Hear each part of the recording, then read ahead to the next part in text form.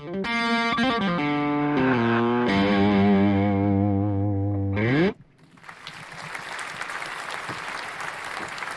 morning, everybody, or good afternoon, I should say. How's everybody doing today? It's good to see you. Got a pretty good crowd here. Hi, Leanne. Hi, Bree. Hi, Ryan. Jay's good to see you as well. Etta, always good to see you. Looks like we've got, let's see, so far, that's all we got. Etta, Lee, Bray.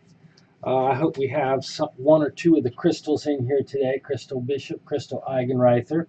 If either one of you is in the house, say hello. It's good to see you. Welcome, welcome. All right, so today is the Wednesday lecture, and also we have the optional webinar tonight. I've got a good webinar cooked up for you tonight, so I hope everybody watches the videos I sent around. There are 6 short videos on to feel, and I added a couple of videos on the attachment process that I would like for you to watch. We're going to have a good time talking about the development of the socio-emotional development in infancy tonight. Hopefully you'll learn a couple of things.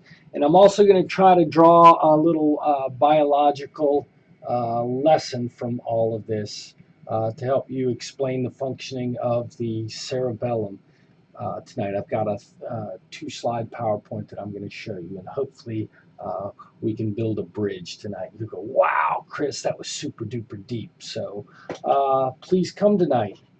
Don't miss out. Bring your iced coffee, bring your hot coffee, bring your soda, bring your beer, bring whatever it is you like to drink. Speaking of having a wine, is Ashley in the house today? Hello, if you are here, Ashley Guthrie. It's good to see everybody. All right. Hi, Lane. Good to see you. Thanks for stopping in. Always great to have you. Heather, hello. Good to see you. I see you just dropped in. Fantastic. And Ashley Guthrie is here as always. So good to see you, Ashley. All right. Well, without further ado, let's get into this. I'm not sure. Hopefully, class won't last too long today. We're going to talk a little bit about attachment. And Harry Harlow and his monkeys, the strange situation test, and a little bit about the NICHD study that was begun in 1991. Fantastic. Good. I'm glad you're waiting for a happy hour. Me too. Yes, the videos in the course resources.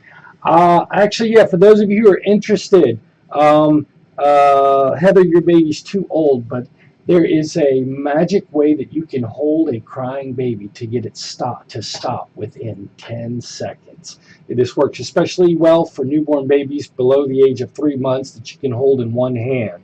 But there is a magic hold guaranteed to make any baby stop crying in 10 seconds. Absolutely amazing video. And in fact, I've got one video clip where he goes on the Oprah show and they have 10 crying babies, and he walks around and just calms each and every one of them down. It's called The Magic Hold. Please check that video out too. Yeah, it's pretty cool. I wish I'd known it when I had infant kids, Heather. I learned it too late, so now I'm just trying to pass on the good knowledge to you before you have children. Okay? Of course, again, too late for you, Heather, because you've already got some babies that are grown up. It's really cool, Leanne. You will like it. Okay, we're at 103, so let's go ahead and get started if we can. All right, so infant attachment. Huge milestone that occurs during the first year of life. Infant attachment is also a critical period. If you don't learn to develop feelings of attachment during the first year of life, you will have attachment problems the rest of your life. The first year of life is a critical period for developing feelings of attachment. Very, very important. Just like we talked about language, critical periods for language, critical periods for vision. There is a critical period for attachment, which occurs during the first 2 years of life. Just like Erik Erikson said, it's all about love and trust during the first year. All right. Now, the attachments, the beginnings of attachment actually start way back in the early 50s with a British psychiatrist named John Bowlby.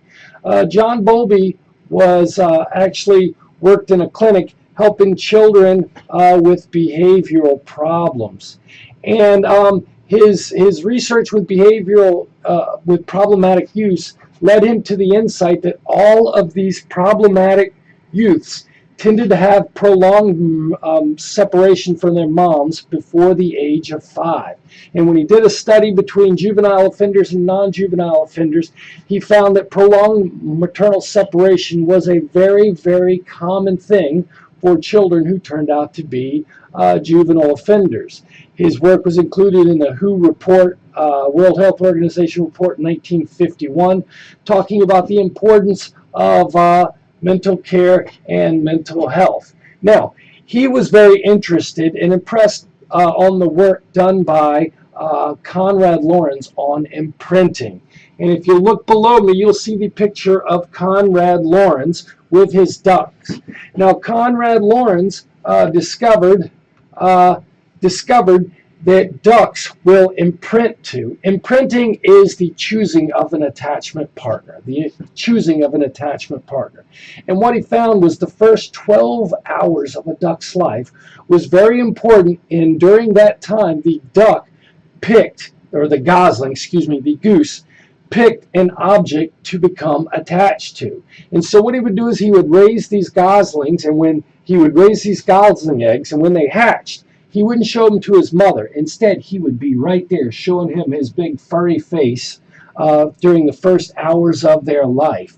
And what he found was that these ducks would then begin to act as if he was their maternal attachment agent. And if you'll see right here, this is a very common picture. There are lots of pictures of Konrad Lorenz either swimming with a line of goose behind him or walking with a line of goose behind him. And he found that these goose would follow him and treat him as if they were as if he was the parent.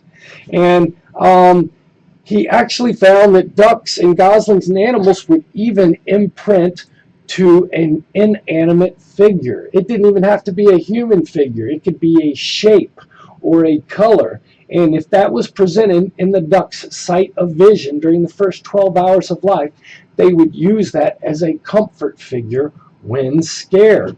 So, wow, Ed asked an interesting question about Ted Kaczynski becoming the Unabomber, and was that related to attachment? Maybe, although I'm not sure why he had trouble. He had trouble with girls and friends in his middle school years, if you watch the video on Ted Kaczynski. And he developed a best friend in middle school who jilted him when his 14-year-old friend got a girlfriend. And then he had a girl who turned him down. And so I'm not sure if the early attachment problems were the one cause, but they were certainly, his attachment problems caused him to have difficulty with relationships in early childhood. Now, if you watch the Ted Kaczynski story on Netflix, he actually went to Harvard University, where he was the subject of some mind control experiments. And these mind control experiments that were done in college may have actually harmed him even more, Etta. Very good question, though. Kaczynski represents a very special case study if anybody's interested. Okay, now, he believed that infants develop this internal. Bowlby argued that there is also a critical period for normal attachment after seeing Konrad Lorenz stuff. And he argued that attachment is not likely to occur if the parents are abuseful, neglectful, or otherwise unresponsive to basic emotional and physiological needs.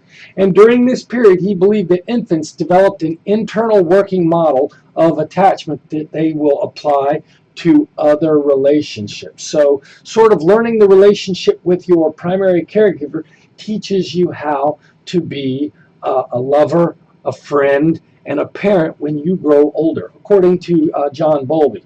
Now, according to John Bowlby, the first 2 months of the child's life, before a child can really recognize its mom's primary caregiver visually, it doesn't have real good cognitive resources, the infant directs their attachment to any human fixture. But if you've had a child, you will notice that starting in the second or third month, just like actually pets become attached to one particular parent or the other, the child becomes focused on one particular figure that spends the most time taking care of them. This is called the primary caregiver. Back in Bowlby's day, it would have been thought of as the mother, but literally anyone can be the primary caregiver during this attachment process, and the child becomes focused on this one figure. All right. Now, from 7 to 12, for 24 months, they may develop one or more specific attachments to primary or secondary caregivers, and they use these caregivers as a source of comfort as they begin their exploratory behavior. So I think one of the videos that you're going to watch for tonight's class talks about social regulation. And basically what that means is when little children are exploring around the world, they're constantly looking back at their primary caregiver to read their primary caregiver's facial expression. And if their primary caregiver gives them this smile, they know it's safe to do what they're doing. But if they see fear in their primary caregiver's face, they will come back to that primary caregiver. And so children have like this imaginary leash that they use during the first, second year of life that keeps them attached to their primary caregiver. They're trying to explore, but they're still a little bit nervous, and they're looking for their primary caregiver to sort of give them that feedback. Okay? And then from 24 months on, if children have developed this secure attachment, they become aware of other feelings and goals and begin to account for them in their own actions. Okay, wow, look at that. Heather, good example of how the father can be a good attachment figure as well. I hate it when people, and I myself grew up in a sexist household, so I have some of those vestiges in my brain. But I was the primary caregiver for my children, and I always felt weird when people would discount the relationship that I had with my child. So I'm glad to see you have it going on in your life. That's very nice. Now, Harry Harlow read Conrad Lawrence's work on imprinting and attachment.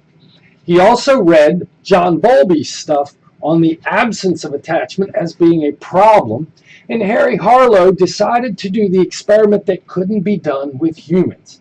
He decided to take monkeys and separate them from their caregivers at birth to see what kind of an impact that would have on their life. Now, the question at the time in the 1950s when his work started, Harry Harlow's work started, it was a common belief that infants bonded to their primary caregiver because their primary caregiver was a source of food. And what was used to explain this attachment came from behavioral therapy. According to people like B.F. Skinner, babies bonded to their primary caregiver because the primary caregiver reinforced that behavior with food. So the belief was in the 1950s that babies love their mommies because their mommies feed them. But Harry Harlow, along with John Bowlby and along with Conrad Lawrence, would have said that there's something more to that initial relationship than just food. And so what Harry Harlow did was he set up an experiment where he took these baby monkeys away from their infant mother at birth and put them in a cage with two artificial mothers. Now, looking right below me, you see the warm, soft mother, and it's basically a wire-built mother that's encased with a soft, furry terry cloth body that's kind of snuggly and comfortable to be on. Now, right beside that monkey baby, right beside that fake comfy mother, would be a mother that didn't have the comfy cloth to snuggle on. Instead, she had a spot where a bottle could be fitted. And they would feed the baby with the wire mother and put the wire mother and the cloth mother beside each other. And then they measured how much time the baby monkey spent with each mother.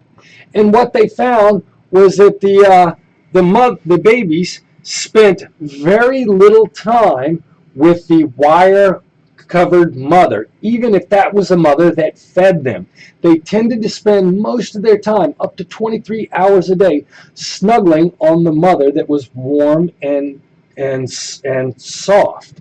And so Harry Harlow showed that the attachment between the primary caregiver is not driven by food, but it's instead driven by comfort. Furthermore, he showed that these monkeys that were brought up in the absence of a real mother were totally screwed up and did not have the ability to seek out other monkeys when they were scared. They totally lost the ability to attach. And when he would put them in the cage with other normal monkeys, all they would do was cower in the cage with their hands over their head, sort of like they were afraid of anything and everything. And I would argue that there are some people who grow up, and you don't know why, but you see some people in middle school and in high school who seem really, really isolated and afraid of everyone else. And it's because maybe they didn't have these warm, comforting attachment feelings that most of us had. Yes, and I would suggest Etta actually watch the entire video associated with it. And it was a very interesting video done in the 1950s, and it definitely had that weird 1950s feel and the language and the way they were talking about. And it does show some videos of the monkeys interacting, and you can see how messed up monkeys are when they aren't provided with a warm, living attachment figure during the first months of life. These animals were broken, and they had trouble fitting in with the other youthful monkeys. Exactly. He did this experiment where he would take these monkeys and he would then put something really scary in the cage to see which monkey they ran to. If the cloth monkey was there, they would run to the cloth mother monkey, but if only the wire monkey was there, they would not run to the monkey that fed them for comfort. Absolutely. Great point, Etta. Very great point. I'm glad you're watching the extra videos that I'm putting up. I sometimes wonder if anybody gets anything out of them, but I can see that you're doing that, Etta. Thank you very much, and I will continue to try and do a good job getting videos for you. Okay? Now, Mary Ainsworth was a younger colleague of John Bowlby's, and she started working with Bowlby's as a young researcher, and she was very interested in this idea of infant attachment. And Bowlby said that it was important and maternal separation was not good for kids. But Mary Ainsworth wanted to expand the point out just a little bit, and she wanted to see if there were reliable differences in attachment quality. Since Bowlby said it was so important and it led to a host of negative outcomes, she wanted to see, do children have differences in the way they attach to their primary caregiver? And so she set up a now incredibly famous study called the Strange Situation Experiment. And what she would do is she would bring a child and their primary caregiver, back in her day it was usually the mother, a child less than 2 years of age, and she would make them go through 2 separations with the parent, and then measure how easily they were able to attach back to the primary caregiver. So, the primary caregiver and the child would come into the room. They would play for a couple of minutes till the child got comfortable. Then the mom would get up and leave the room, and the babies would always cry when the mom left the room. And then the mom would come back in the room after a couple of minutes and try to calm the baby down. And after the baby got calm, then a stranger would come in the room to heighten the anxiety. And then the mom would get up and leave, and the child would be alone with the stranger, and the child would cry even harder. And then the mom would finally come back in and try to comfort the child for the second time. And what she was interested in, the most important thing to her, was how the child responded when the mother came back in the room. Was the child able to reestablish attachment with the primary caregiver? Now, if you've ever been separated from a friend or a lover or a mom or a dad for a while, you grew up and went to school, you went on vacation, maybe your parents don't live where you are. Anytime you see somebody you've missed for a while, you always give them a big hug. That's you reestablishing attachment, just like you did as an infant. When you haven't seen somebody for a while and you finally see them, you give them a big old hug. You're establishing attachment again. And so that's what these infant children were doing. But she found that some children reestablished attachment differently. Now, in her preliminary study, and the way they talk about it in your book, is she discovered 3 basic attachment styles. About half of the babies were easily comforted upon reunion. As soon as the mom came in, they would run to her, they would get a hug, it would immediately control them, control their emotions, they would quit crying, and then they would quickly resume their exploratory behavior. She called these babies securely attached. Some of these children, on the other hand, seemed to be angry at mother when they came in the room.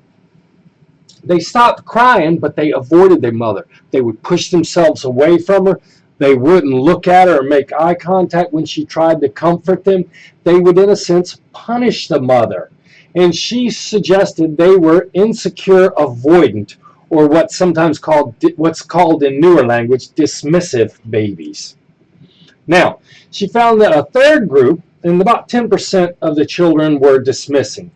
She found that another 10% of the children, 15% of the children, were what she called anxious ambivalent children, or resistant babies. These children would run and hug mom, but they would have trouble crying. They would have trouble lowering their level of anxiety, and they wouldn't get out of mom's lap, and they wouldn't want to explore. She called these anxious ambivalent, or they're sometimes now called resistant or preoccupied babies. There you go, Etta. Maybe you were a little bit avoidant in that way. That's a very good point. Thank you for sharing that, Etta. Now, if you look right below me, newer theories of attachment have suggested you can think of attachment not as 3 categories, but instead it's 2 dimensions of relationship with your parent. The first is how much you want to seek out your parent for comfort. If you're of low avoidance, you like using a parent figure for comfort. If you're high in avoidance, you don't want to use somebody for comfort. And some of you act that way as adults. When you have problems, you want to go talk to your friends. You have low avoidance. You want somebody to help you comfort. Some of you prefer to deal with your problems on your own, and you don't want to let anybody know that anything's going wrong with you. You might be high in avoidance. That's the degree to which you seek out an attachment figure to help you in times of comfort. Yeah, I would imagine so, Leanne. I would imagine so. And you've told me your backstory, and I know that your relationship with your pops, at least, has made you feel a lack of comfort. And I get that, and that's sort of something that's going to be difficult for you to have to work out, Leanne. Now, the second dimension is not only avoidance, whether or not you want somebody to help you calm down, but whether or not you feel like they will be there when you go for help. So if you have low anxiety, you feel like when you go to that person for comfort, they are going to be there to comfort you. On the other hand, you might be a person who has high relationship anxiety. You're afraid that that person's going to leave you when you just need them the most. And that would be high anxiety. So you can think about these attachment styles as being some combination of your relationship avoidance and your relationship anxiety. Children who are secure are low in avoidance, that is, they're willing to seek out comfort when they need it, and they're low in anxiety. They feel confident that security will be there. So they're secure children. Children who are high in avoidance and low in anxiety, so they don't feel like they're going to get that relationship comfort, and they don't want that relationship comfort.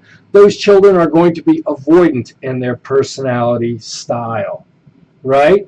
And then children who have low avoidance, they really want that comfort, but they are not sure that they can get that comfort. They may be preoccupied children. Preoccupied children. Okay? And so, in a sense, we have these different styles of attachment identified by Mary Ainsworth, but you can think of those as just being two dimensions in some degree. How avoidant you are in your relationships, how much you seek out comfort from your relationships, and also how anxious you are that the attachment figures you seek out will actually be comforting to you. Does that make sense so far? Now, since identifying attachment styles in infancy, researchers have been more interested in figuring out, does infant attachment mean anything as we grow up? I'm sure all of you have dated a person who is closed off and won't share anything with you and just seems kind of distant sometimes. Anybody ever had a relationship like that?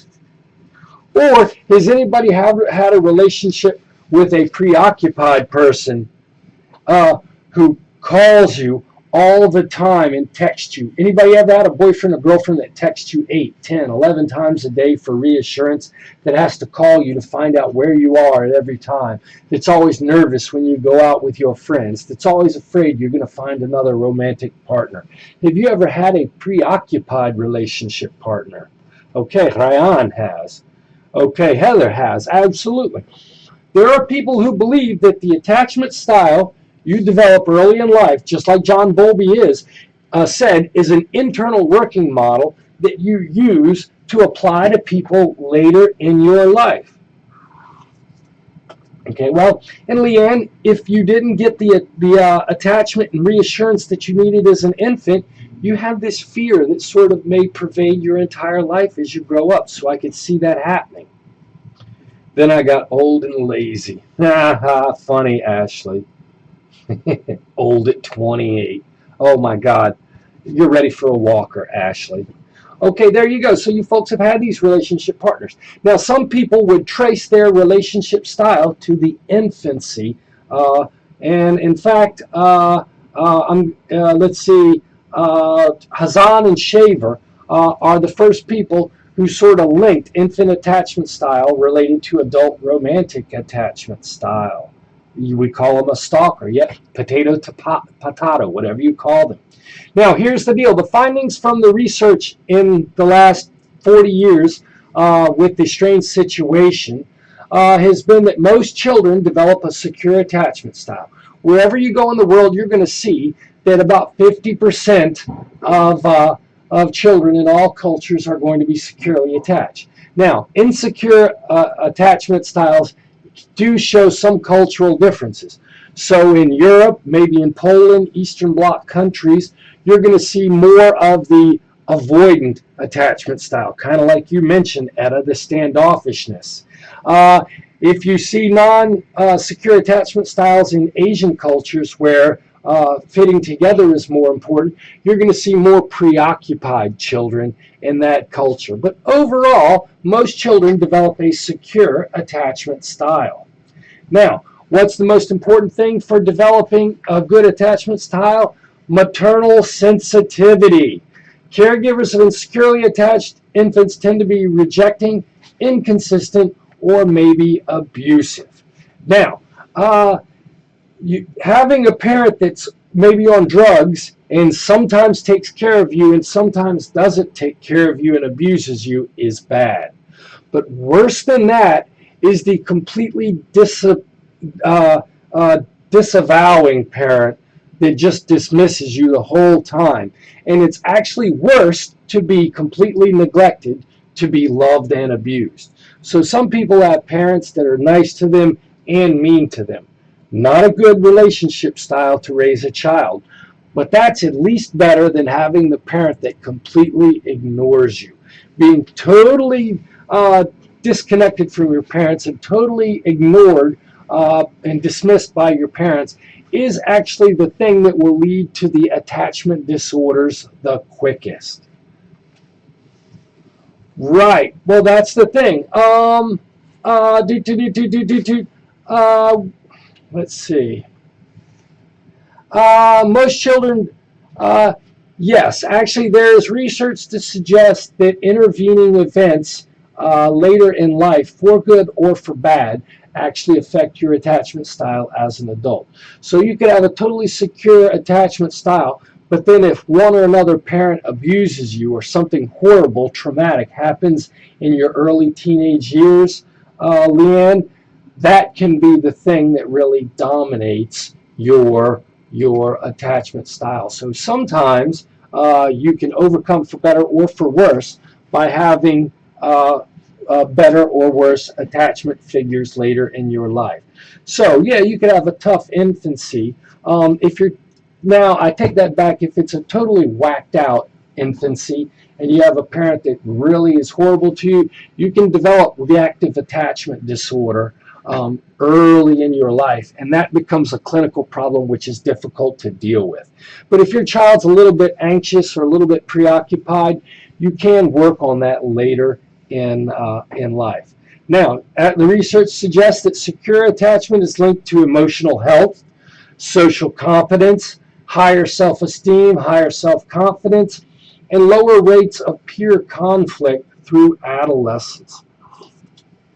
So developing that secure attachment style can definitely make you a more competent teenager for sure. Some people say your infant attachment style is related to adult romantic relationship, but I also have heard that traumatic events in the intervening years can definitely ruin a person's outlook who was brought up with a secure attachment style. Was that a good enough answer, Etta and Leanne? Now, just for a second, I want to take this to the neuroscience angle and suggest to you that maybe it relates to your learning to deal with stress and emotion. Now, here's the deal. In your brain, there are several areas that relate to your emotional functioning. Fear, anytime you're scared, it activates this thing called the hypothalamic pituitary amygdala axis, which is what causes your fear response, your fight or flight response. When you're scared, your hypothalamus and your amygdala cause a cascade of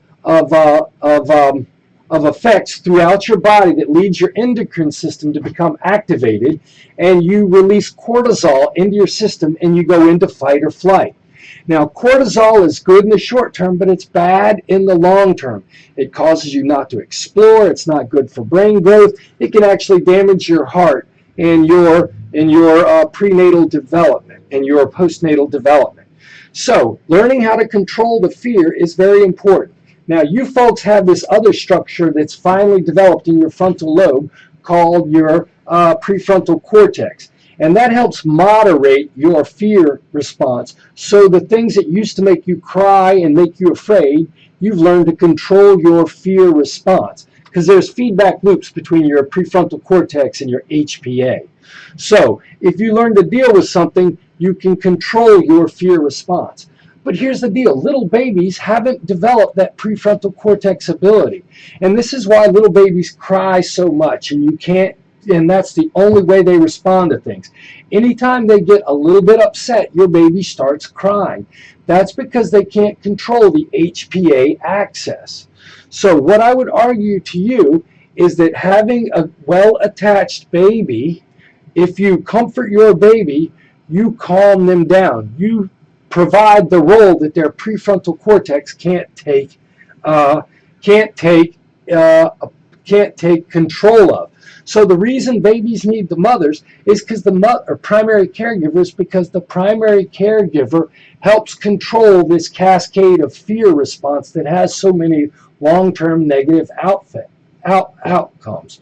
And so attachment is very important for neural development, because it allows your brain and your body to engage in exploratory activity rather than being racked by fear and arousal.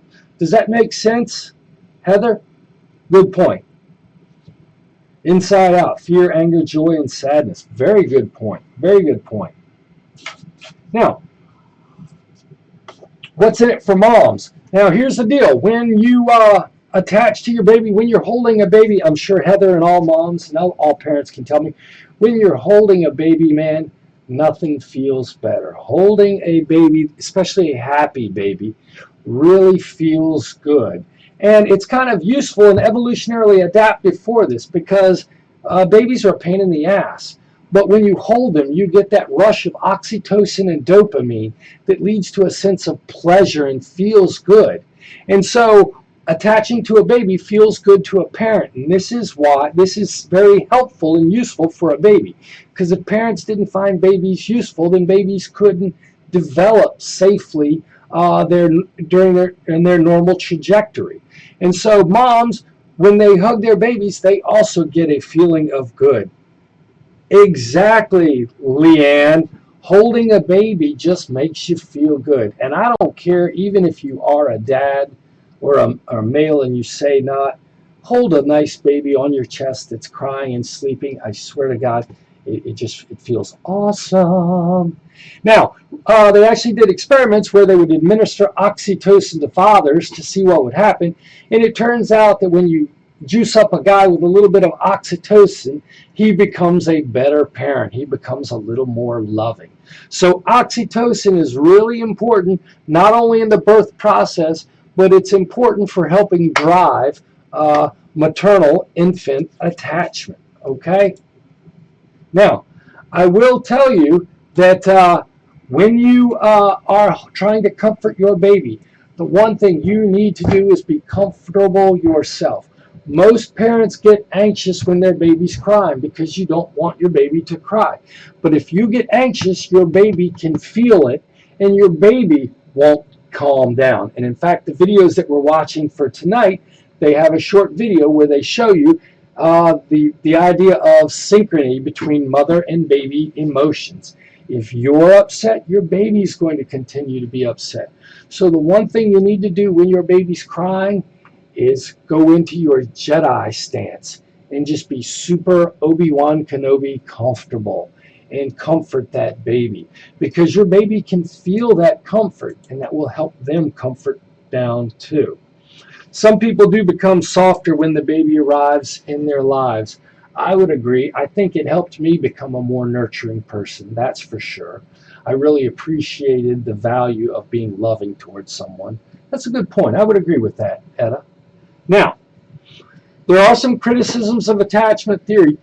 Just like a lot of other theories developed here in the United States, in the Western world, highly developed, where we had sort of a nuclear family with one mom and one dad, it seems to suggest that the only way to bring up a baby with a healthy sense of attachment is to bring them up with a single primary caregiver, a mom and a dad in a nuclear family. Except, you know what? Here's the deal. There are some cultures that raise children in group settings. One attachment figure in there. It's tons of attachment figures there. And you know what? Children, even when they don't just have one attachment figure, half of children in every culture develop secure attachment styles. So you don't need one parent. You don't even need a parent. You just need a comforting adult or adults there, or even an older child that's going to comfort that children during a time of anxiety. Now, monk training. Yeah, monk training will definitely help. If you look below, here's a pattern. This is actually taken from the Psych 150 book, showing that in the United States, Germany, and Japan, still 50 to 60% of kids are going to develop a secure attachment style. Most of the kids are going to develop a secure attachment style. But what you're going to see here is that children in Germany, if they're not secure, they're more likely to be avoidant than anxious ambivalent or resistant. And if you look at the Japanese culture, where their culture is more about bonding and more about fitting in, the more likely insecure attachment style is going to be resistant as opposed to avoidant. Okay? Now, here's the deal. You know what? Maybe it's not biology. Maybe the reason that your child grows up with a non-secure attachment style, it's maybe you acted in a non-secure way as a parent, but is it the interactions you had with the baby, or is the same genetic force that's driving you, that caused you to be a disattached parent, causing your child genetically to be a disattached child, right? So maybe we're not paying attention to biological based factor. It could be the genes. In fact, there's a gene 5-HTT-LPR which has been implicated in children with the disorganized, insecure attachment style. So maybe the reason we see exactly, mental health issues can be hereditary. So you get that. Maybe the mom or the primary caregiver is acting in an insecure way, but maybe the same genetic thing that causes the primary caregiver to be that way is also in the kid. It's hard to separate out nature from nurture, especially in these infant, in these non-experimental settings. Okay? Now, some argue that temperament is a better predictor of adult outcomes. And so research has compared temperament versus attachment style in terms of adult outcomes. And what you're going to find is in a lot of successful adult incomes, lack of inhibition or inhibition is a impulse control is a better predictor of successful adult outcomes. And maybe what we see by attachment is just lack of inhibition. Maybe inhibited children look avoidant or preoccupied.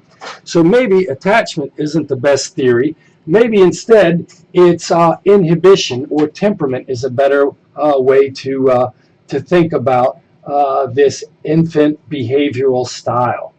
Now, is attachment a critical period like John Bowlby and Conrad Lorenz and Mary Ainsworth would have said, or is it just a stable social context? As I mentioned about 10 minutes ago, infant attachment patterns may not predict adult attachment styles. In fact, there's some research to suggest that intervening traumatic events can disrupt kids with secure attachment styles. So if you grow up in a secure attachment setting your first couple years of life, but then your parents get divorced and your mom or dad marries somebody who becomes abusive or sexually abusive towards you, that could be something that drives your attachment pattern later in life, right?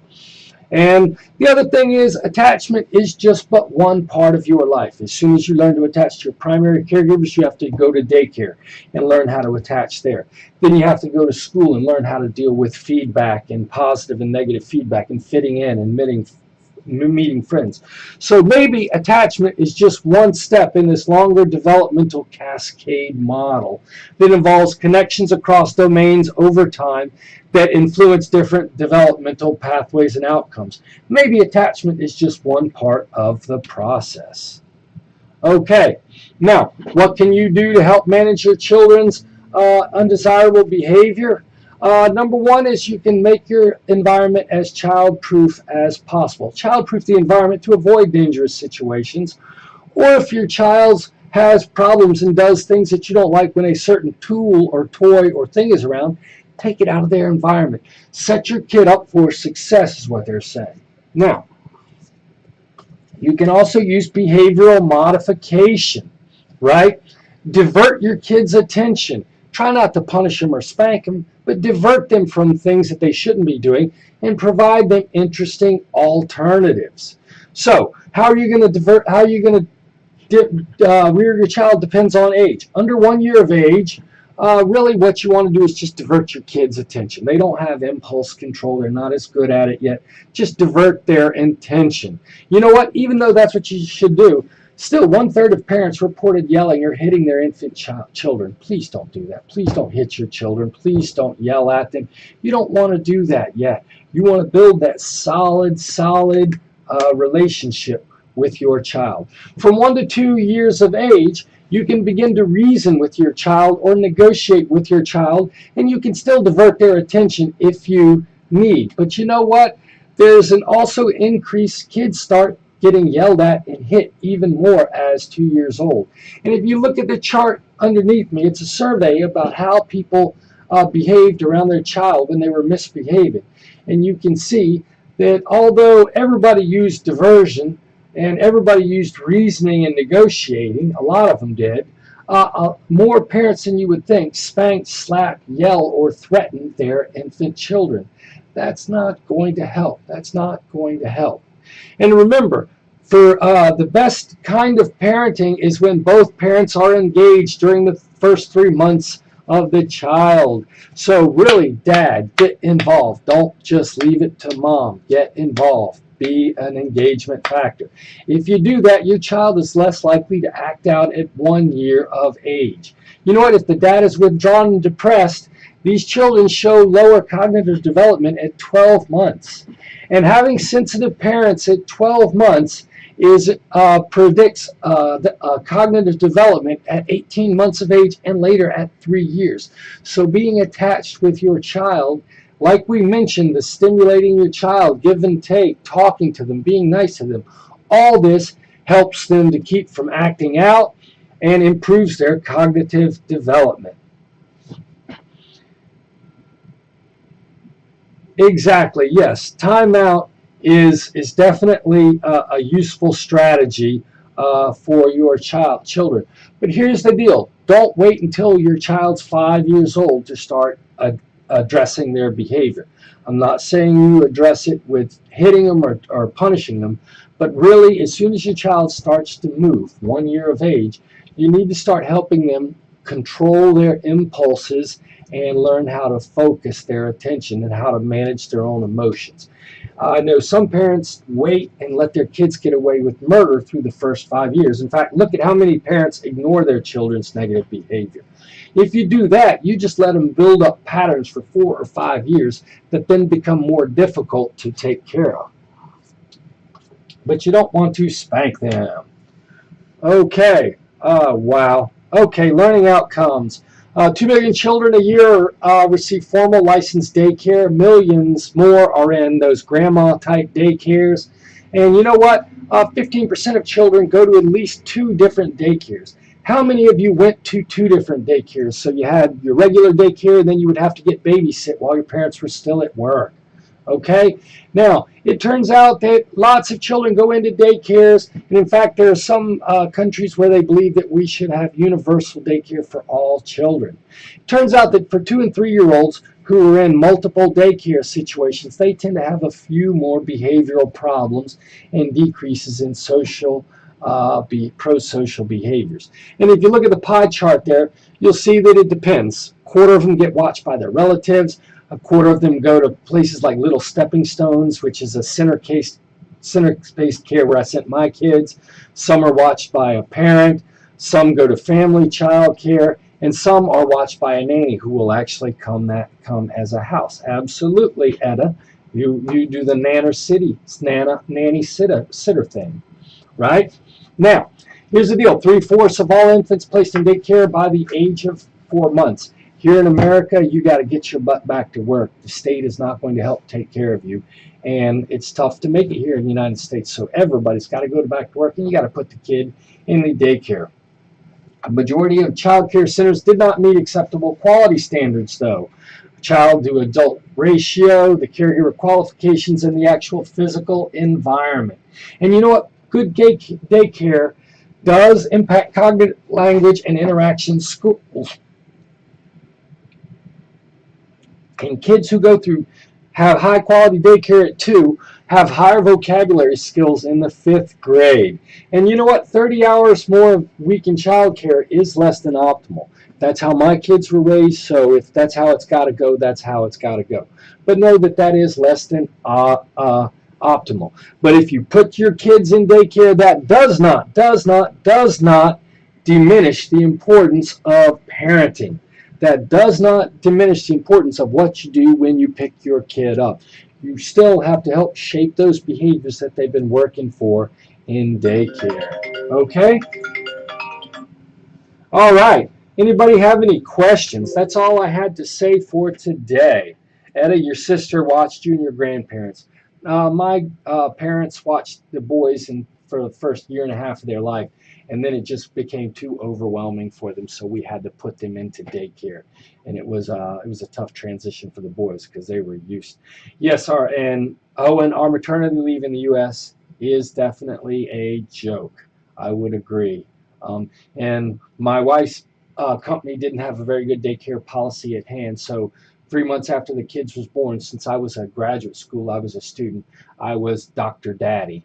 And so I was the primary caregiver. My wife is out there making money because I'm in school, and I'm having to do school in and around caring for the boys and taking them over to my parents' place. It definitely can be a difficult thing. Absolutely. And it is, you know what, if you have 2 or 3 kids, daycare is so expensive. If you have two, definitely 3 kids, it's probably cheaper just to go ahead and get a nanny. That's a very good point. And the nanny comes to you rather than having to take your kid to the daycare. All right, does anybody have any questions? If you don't have any questions, I'm going to let you go. Please remember to watch the videos before you come to tonight's webinar. You'll really find them interesting. I have a review sheet for you to follow along to help you get the most out of that video. And I look forward to seeing you at 8 p.m. tonight. All right, folks, without further ado, I'm going to say goodbye, and I will see you tonight. And if not tonight, I will see you next Monday. Have a great day.